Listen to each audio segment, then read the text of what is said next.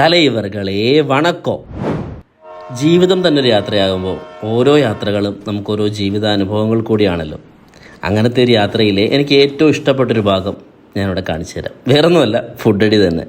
ട്രെയിനിൽ എവിടെയെങ്കിലും പോകുന്ന സമയത്ത് എന്നെ ഏറ്റവും കൂടുതൽ എക്സൈറ്റ് ചെയ്യിക്കുന്നത് വീട്ടിൽ നിന്ന് കൊണ്ടുവരുന്ന ഈ പൊതിച്ചോറ് തന്നെ.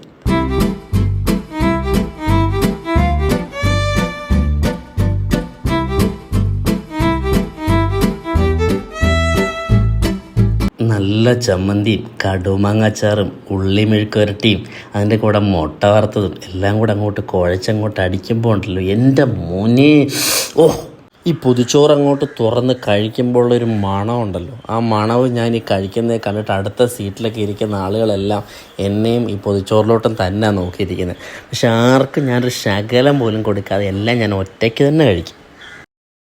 വറുത്ത മീനില്ലാത്തതിൻ്റെ ഒരു ചെറിയ കുറവുണ്ടെങ്കിലും ഈ വഴറ്റിയ വാഴയിലയിൽ ചൂട് ചോറും കറികളും എല്ലാം കൂടെ പൊതിഞ്ഞ് വെച്ച് കുറേ നേരം കഴിഞ്ഞ് അതിങ്ങനെ തുറന്ന് എല്ലാം കൂടി ഇങ്ങനെ കുഴച്ച് ഉരുളയുരുട്ടി കഴിക്കുമ്പോൾ കിട്ടുന്ന ആ ഒരു സാറ്റിസ്ഫാക്ഷൻ ലെവൽ.